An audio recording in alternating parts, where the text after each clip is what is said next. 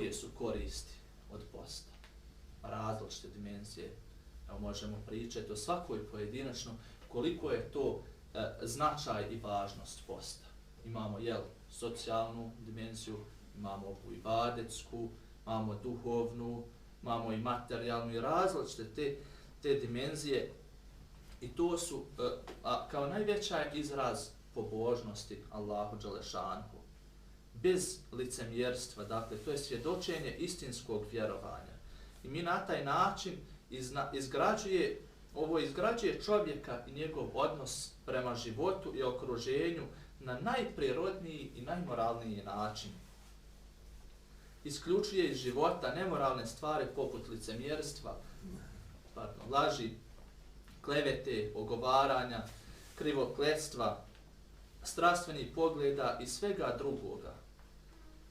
Umjesto toga post pruža čovjeku jednu posebnu smirenost, stabilnost, potiče ga na razmišljanje o Bogu i svemu što je on stvorio, budi u čovjeku osjećaj za drugoga čovjeka i tjera ga na činjenje dobra.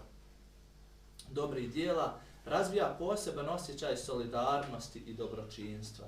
I davno je rečeno da sit gladnoga ne razumije, što bi značilo da čovjek ne može shvatiti nevolje siromašnih, gladnih, dok mi sami ne uđemo, ne zakoračimo u Ramazan i vidimo kako je prvi dan teško, pa drugi lakše, pa treći lakše, dok se ne naviknemo, ali mi tad više razumijemo i razmišljamo o siromašnim i gladnim i nemoćnim, pa više dijelimo sadaku, svakako izdvajanje je obavezno sadekatul fitra, ali mimo toga mi tražimo kanale, mi tražimo sami, dobijemo inspiraciju na koji način da pomognemo i svoj džemat i zajednicu, ali tražimo javne kuhnje i svašta nešto gdje bi mi učinili ili neke iftare i tako dalje, da mi na taj način još više učinimo dobra jedni za druge.